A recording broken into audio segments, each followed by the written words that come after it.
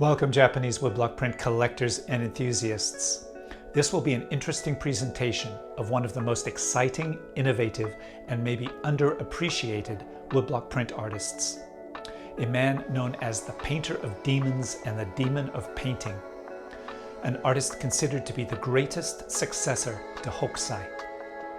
This artist's name is Kawanabe Kyosai. During this video, I'll be wearing my Kyosai shirt.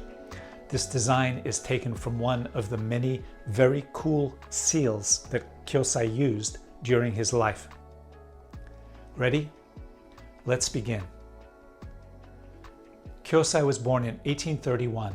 His father was a samurai retainer. In 1832, his family moved to Edo, which is today's Tokyo.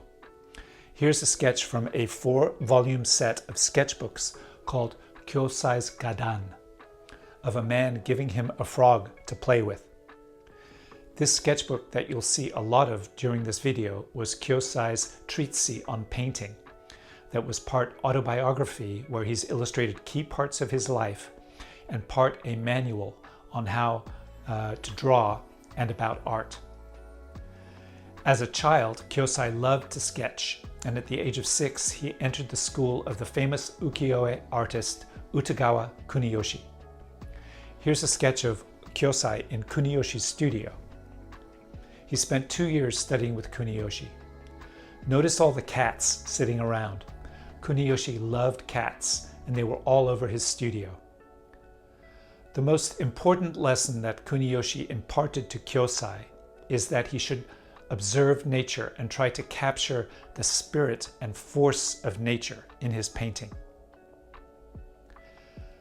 At the age of 9, Kyosai found the severed head of a man floating in a river, and instead of running away, he fished it out of the river and brought it home to sketch. In this sketch, you can see him at the top finding the floating head. His family ordered him to throw it back in the river, but before he threw it away, he spent long hours sitting on the riverbank drawing it. Those were the days, right, when we used to find severed heads and sketch them? Good times. Anyway, his parents thought Kuniyoshi was a bad influence on Kyosai, so they pulled him out of Kuniyoshi's studio and put him into the studio of the serious Kano-style painter Mayamura Towa, who gave him the nickname Shuchugaki, or Demon of Painting. Kyosai, as you can imagine, loved this nickname, and it became part of his eccentric persona. Side note, during his time at the Kano school, Kyosai discovered his taste for sake and visiting brothels. Kyosai was a lifelong drinker, and it's said that he did a lot of his work while drunk. In 1849, after he finished his apprenticeships, he bounced around a bit. He married the first of 4 wives in 1857, and he started a design studio. It was around this time he developed the genre known as kyo-ga, or crazy pictures. And his name Kyosai, meaning crazy studio, comes from this. In 1860, he produced some prints for the publisher Ebisuya of a leopard. I think this is a gorgeous print. Look at the bold, detailed composition and the interaction between the leopard and the rooster who's watching him kill his friend. I read that in 1860, Kyosai's second wife, Otose, died, and Kyosai asked someone to hold her up so he could sketch her. In 1863, he was invited to create prints for the Gyoretsu Tokaido, or Processional Tokaido series.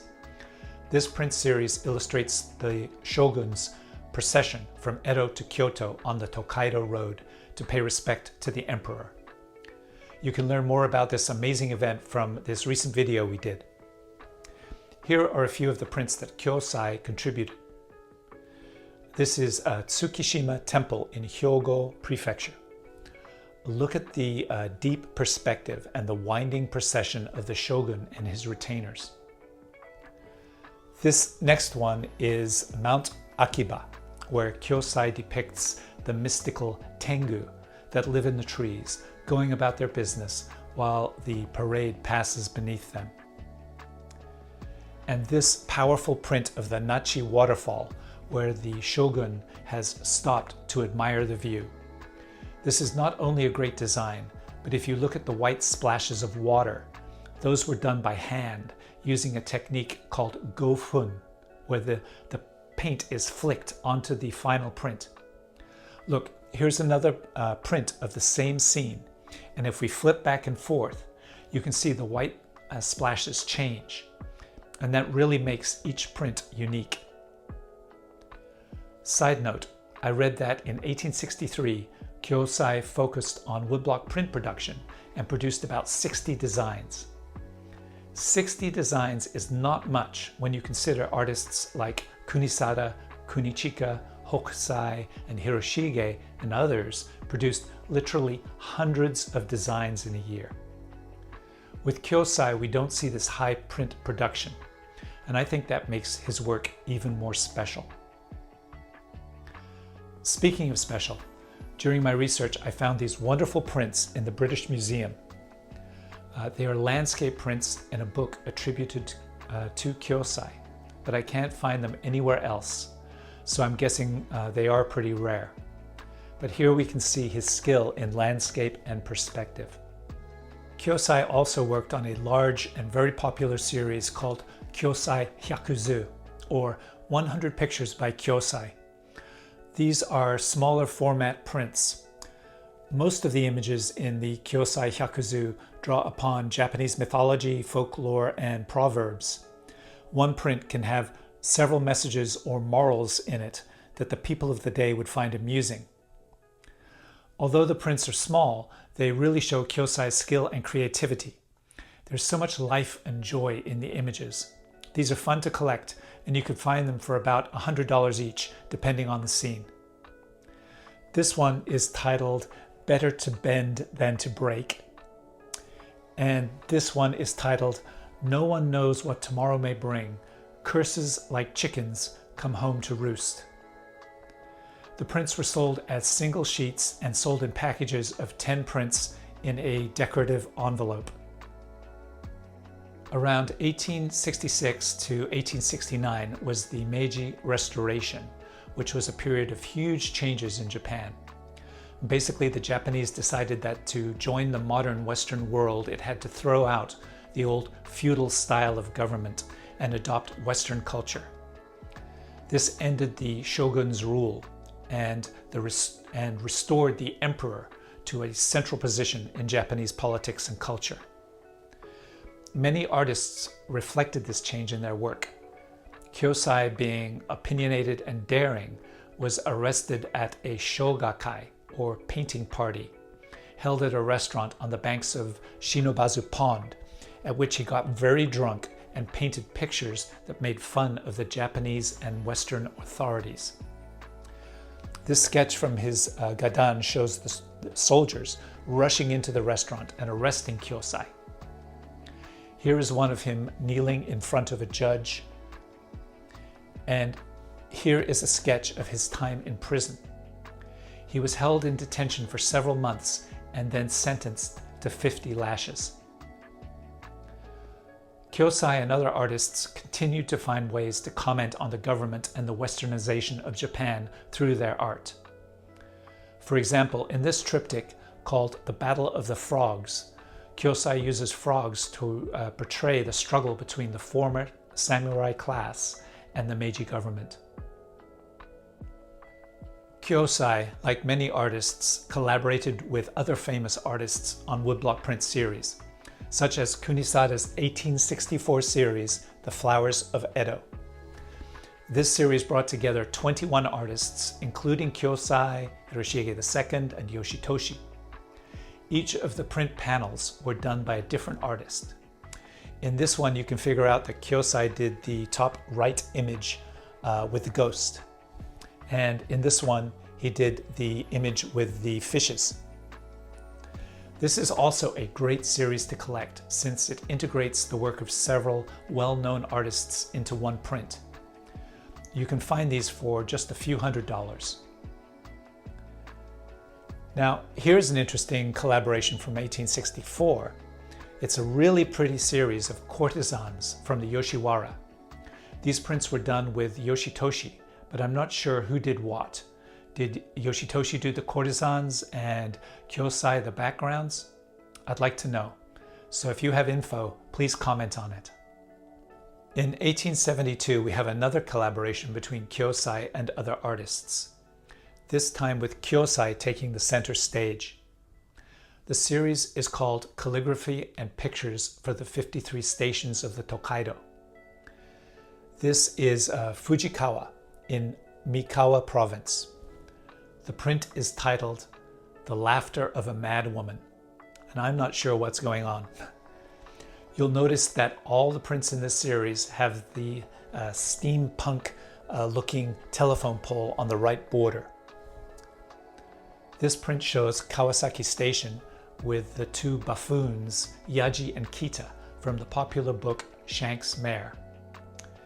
And this is Station Mariko, where it looks like there's a fight going on or an explosion.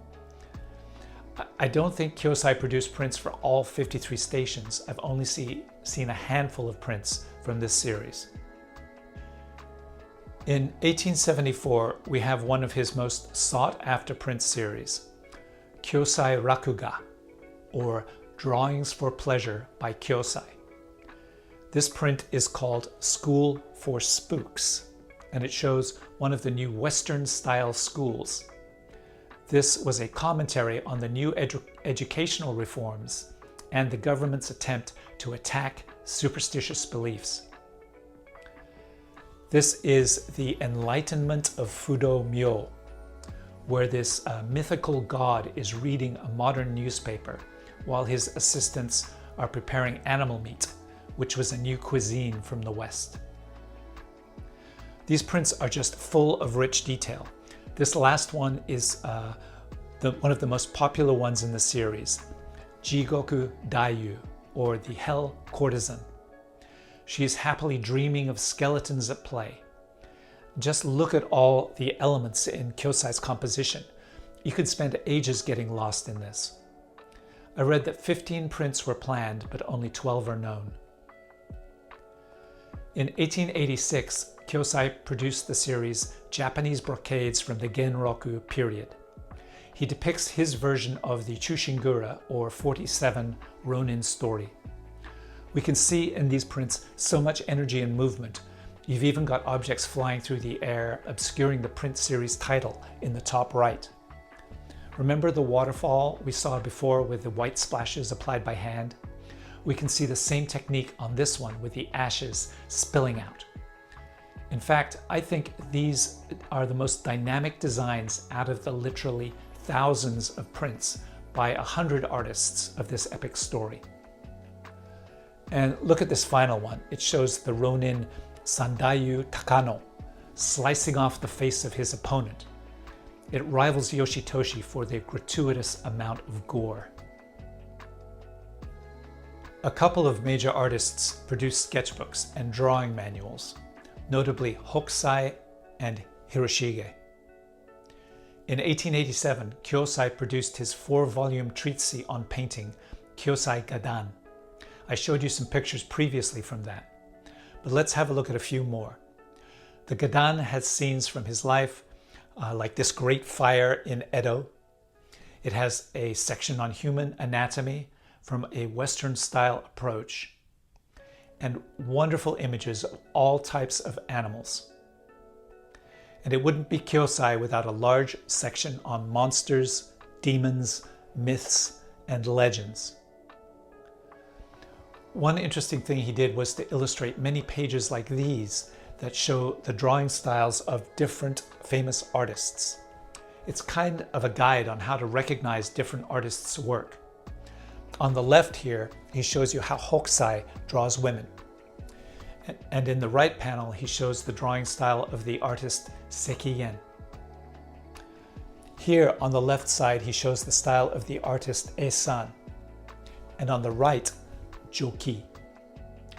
What a great resource this is for anyone wanting to better discern these famous Japanese artists. Here is a vibrant collaborative series he did in the 1890s with the artist Kunichika called 12 Months of Geographical Names. This series pairs kabuki actors with specific locations and months of the year. The landscapes in the fan-shape inset in the backgrounds were done by Kyosai. Side note, the artists Kunichika, Chikanobu, and Kiyochika used to hang out with Kyosai and form this drinking group. I would love to go back in time and hang out with them. Check out this video later if you want to hear about one of those wild, drunken parties. I'm going to step away from prints and sketchbooks for a bit and talk about Kyosai's painting. Kyosai was a star performer at shogakai, or painting parties. Remember he got arrested at that one in 1870? Here's a painting by Kyosai of one of these events. Basically, a promoter would organize a group of well-known artists, then publicize the event in all the papers. Customers would buy tickets, and then they could ask any artist to create a spontaneous painting for them. Kyosai created thousands of these types of paintings, like this one of the wind god, or Fujin. Most of these paintings were mounted on scrolls and displayed in people's homes. Kyosai was most fond of painting demons, skeletons, and crows. In 1881, he won an award for his painting of a dead tree and a cold crow. Kyosai set a very high price of 100 yen for the painting, and when people criticized him for being greedy, he said, "This is not the price of a crow, but the price of many years of training in painting." This, by the way, is my favorite Kyosai crow painting. I don't want you to think that Kyosai was limited to these quick, simple paintings. He could also produce very detailed and gorgeous paintings on silk. These can be found in private collections and major museums around the world. When Westerners came into Japan, Kyosai became friends with several of them, including Ernest Fenollosa, the American art historian who helped found the Tokyo School of Fine Arts and the Tokyo Imperial Museum. And he made friends with the British architect Hosea Conder, who actually became his student and documented Kyosai's life and work. Hosea was at Kyosai's bedside when he died of gastric cancer in 1889. Kyosai was known not only for his amazing talent, but for his generosity. He often gave money away to help others. There's an anecdote that one day he stayed at a small tea house run by a widow. She told him that she was in debt and about to lose her business. After hearing her story, Kyosai pulled out his paintbrush and began painting weird pictures on the paper walls of her inn. The widow thought he'd gone crazy and was ruining her place and begged him to stop. But then someone mentioned the name Kyosai, and so she just watched him fill her walls and ceiling with artwork. Later, she sold the paper panels, which earned her enough money to pay off her debts and have a fresh start.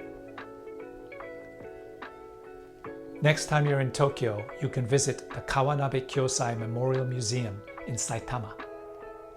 If you want to go just a bit further than Japan, you can visit the crater on Mercury that has been named in his honor. I hope you've enjoyed this overview of the artist Kawanabe Kyosai. Please like and subscribe, and happy collecting.